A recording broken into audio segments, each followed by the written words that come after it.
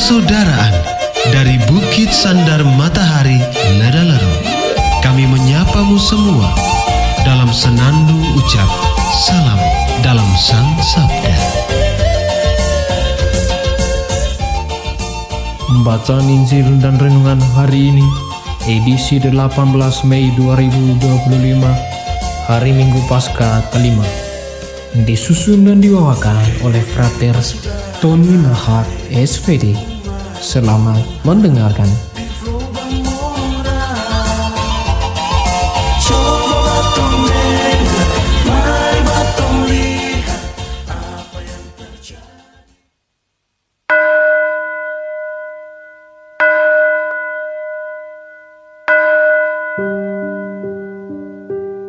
Bacaan dari Injil Yohanes. Sesudah Yudas pergi, berkatalah Yesus, "Sekarang Anak Manusia dipermuliakan dan Allah dipermuliakan di dalam Dia. Jikalau Allah dipermuliakan di dalam Dia, Allah akan mempermuliakan Dia di dalam dirinya dan akan mempermuliakan Dia dengan segera. Hai anak-anakku, hanya seketika saja lagi aku ada bersama kamu. Kamu akan mencari aku, dan seperti yang telah kukatakan kepada orang-orang Yahudi, ke tempat aku pergi, tidak mungkin kamu datang. Demikian pula aku mengatakannya kepadamu sekarang. Aku memberikan perintah baru kepada kamu, yaitu supaya kamu saling mengasihi, sama seperti aku telah mengasihi kamu. Demikian pula kamu harus saling mengasihi. Dengan demikian, semua orang akan tahu bahwa kamu adalah murid-muridku, yaitu jikalau kamu saling mengasihi." Demikianlah sabda Tuhan. Saudara-saudari yang terkasih dalam Kristus, melalui bacaan hari ini, Yesus memberikan teladan dan menunjukkan kepada kita bagaimana seharusnya kita saling mengasihi satu sama lain. Yaitu yang pertama, kasih itu memiliki daya tahan. Kasih yang berasal dari Tuhan sangat berbeda dengan kasih antara manusia. Sebab kebanyakan kita sering disakiti oleh janji-janji palsu, oleh kasih palsu yang diberikan oleh sesama kita. Kasih-kasih yang diberikan oleh sama kita akan berujung pada pengkhianatan. Untuk itu, kasih yang berasal dari Tuhan adalah kasih yang sempurna. Sebab kasih itu memiliki daya tahan yang berarti dan mengasihi dengan sepenuh hati dan rela berkorban. Hal tersebut tidak hanya sekedar dikatakan Yesus, tetapi Ia telah membuktikannya dengan mengorbankan dirinya untuk kita manusia. Oleh karena itu, kita pun harus melakukan apa yang telah dilakukan oleh Tuhan.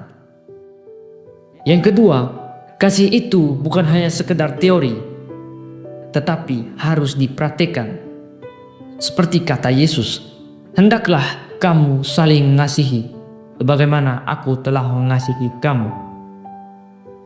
Jadi, Yesus sendiri telah mengasihi para muridnya terlebih dahulu sebelum Ia mengajarkan kasih-Nya kepada mereka.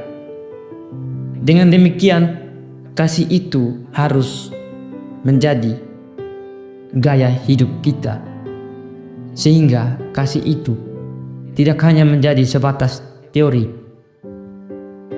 dalam diri kita, tetapi diungkapkan melalui tindakan kita dengan mengasihi sesama. Ketika kasih telah melekat di dalam hidup kita, maka kita tidak akan terperangkap di dalam ruang kebencian, penolakan, dendam, perpecahan, dan masih banyak lagi persoalan-persoalan lainnya. Yang ketiga, kasih itu haruslah kasih agape. Karena kasih agape adalah kasih yang rela berkorban tanpa pamrih. Hal ini ditunjukkan oleh Yesus melalui gaya hidupnya. Ketika ia mengasihi dan menerima keadaan murid-muridnya dengan segenap hati. Kita sebagai umat beriman yang percaya akan Yesus harus sampai pada tahap seperti ini, yakni berani untuk mengasihi tanpa pamrih dan rela berkorban bagi orang lain. Kasih agape haruslah menjadi gaya hidup kita di zaman sekarang ini. Walaupun kita hidup di tengah dunia yang menuntut kita untuk hidup dan berjuang sendiri-sendiri, namun kita tidak boleh melupakan bahwa kita saling membutuhkan satu sama lain. Untuk itu, kita harus mengasihi orang-orang yang berada di sekitar kita dengan sepenuh hati. Kasih agape adalah kasih yang sempurna ketika kita mampu menghidupinya di dalam diri kita sebagai gaya hidup kita. Maka kita harus mampu menjadi orang-orang yang mewartakan kasih kepada sesama kita kapanpun dan dimanapun kita berada.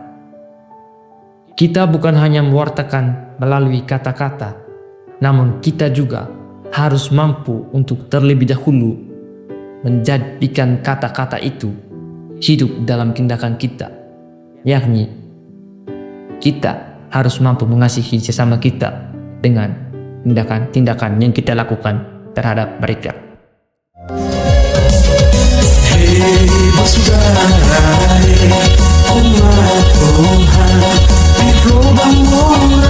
Sahabat-sahabat pencinta Sang Sabda, kita baru saja mendengar bacaan Injil dan renungan edisi hari ini.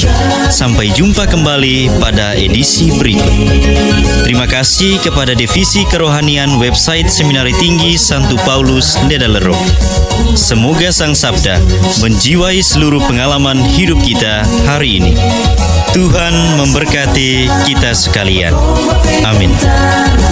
Dalam satu hati, di dalam kasih Yesus.